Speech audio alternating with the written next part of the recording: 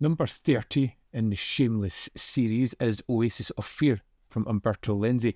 Now, this is one that I have often heard about, but I had never actually seen, and I was looking forward to checking this out, being a particularly early Lenzi Giallo-ish effort. It's all about Dick and Ingrid, a pair of free-spirited, bed-hopping hippies cruising through Italy in their van, selling porn mags and pictures of themselves in flagrante.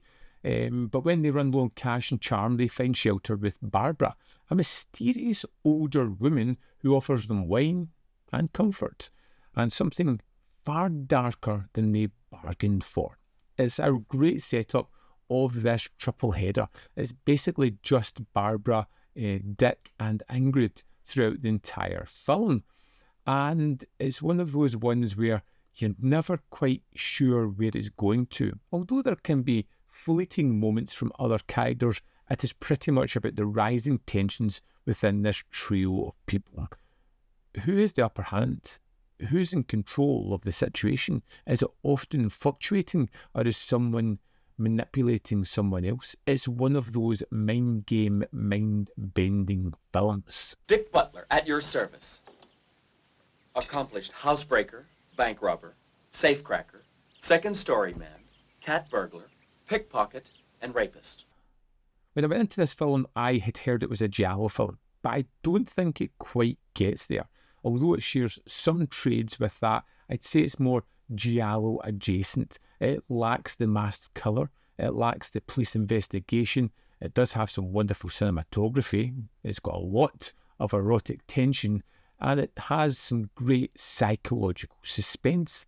It might be better labelled as a psychosexual thriller more than a Giallo. But it still does have that Giallo DNA throughout it. I really like the way Lenzi shoots this one. You know, it's all warm, natural light. It's subverting the usual darkness that you get in typical Giallo films, which is something that's another difference within the making of it.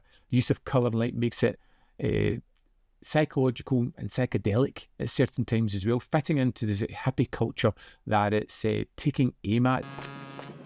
Hey, listen, you'll buy the lot. Ingrid, we're rich.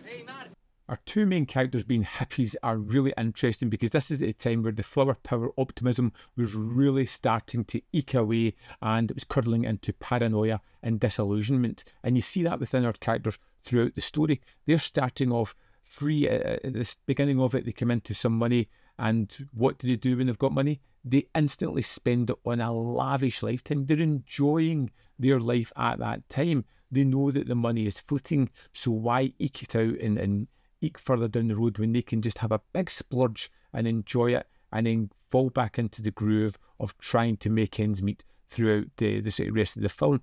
I kind of like that idea, but it's something that comes back to bite our pairing of Dick and Ingrid, because they have spent all this money. They have to go looking for some fuel, and that's when they discover Barbara. And now Barbara is absolutely wonderful. She's one of these characters where you're never quite sure what her machinations are. Then get a hold of yourself. You're completely hysterical. Let's not kill ourselves over nothing. I'm going to call the police. Look, all we wanted was a little petrol. Irina Papas is Barbara, and she is wonderful in the film. A confused housewife, a lonely wife, a woman who is possibly having affairs and leaving a rather darker lifestyle than first perceived. Someone who is worldly wise and is taking advantage of these kids. Someone who's being taken advantage by these two kids on their travels. It is one of those ones where the roles are constantly reversing, and because of the terrific performance, because of her stature, she really sells these moments where she's taking control or where she has lost control in these various situations. It's a powerhouse of performance, and it really brings up the performance from the other actors as well. Yes, I'm fine. Nothing special. It might work out for the best. I can't now. Call me tomorrow. I love the idea of Oasis within the title. You know, it's talking about this villa that they stumble onto, their little oasis in the desert, something that's going to save them. They're going to rest. They're going to get some wine, some food, maybe a little bit of seduction, who knows, but something more sinister is going to happen here. The title is Oasis of Fear, and that is what's going to be delivered to a lot of our characters here. The more I think about Oasis of Fear, the more I like it. The more I wrestle with the ideas and the thematics of it, which I really do kind of like. Now, I should mention as well Riz Ortolani's score, which is fantastic. It's kind of melancholic, but it captures both the sort of carefree spirit of the protagonists and, as the movie goes on, the creeping sense of danger that is looming ahead. To balance these two different tonalities would be really hard, but he seems to make it really easy, and with a really catchy theme tune as well. Oasis of Fear was a really enjoyable movie. It's all about power and manipulation. Who is holding the power dynamics here? Who is control? Who's driving the narrative? What exactly is going on? Who knows what information has been hidden? It's one of those mind-bending, twisting thrillers. It's got a languid pace. You have to sit back, ease into this film and go with it as it takes you on the story. Don't try to second guess it. Don't try to jump ahead of the story. Just watch what's happening.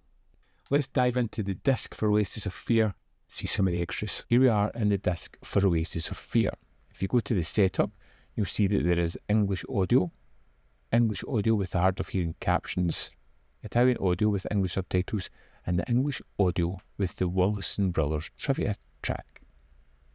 We have postcards from the set interview with Ornella Muti, which runs at 21 minutes 25 seconds. She's talking about getting into production, being nervous, working with Lenzi, the kind of idea of this film. My favourite extra on here is the Porn Smugglers interview with Umberto Lenzi, where he is incredibly candid about this film and his thoughts on it, well worth checking out. Then we have the Wilson Brothers trivia track, which is exactly what you think it would be. Trivia throughout the film is a little bit like a commentary, but not entirely. Definitely interesting. And then we have the Legacy trailer. And that is the extras for Oasis of Fear. There we have it. New from Shameless, Oasis of Fear. Great. One that's growing on me the more I think about it, which is terrific. And the more I think about it, the more I see more substance and more worthwhile frame of mind traits within the film. Definitely one to add to the collection. I'd love to know your thoughts on this one as well. So let me know in the comment box below whether you've seen it, whether you wrote it off because it's not as typical of Giallo as first expected. Like I said, it's a psychosexual thriller and it has those elements. If you go in expecting that, you're going to get something that's really powerful, really fun, and got a little sting in this tail, as you would expect with these kind of movies.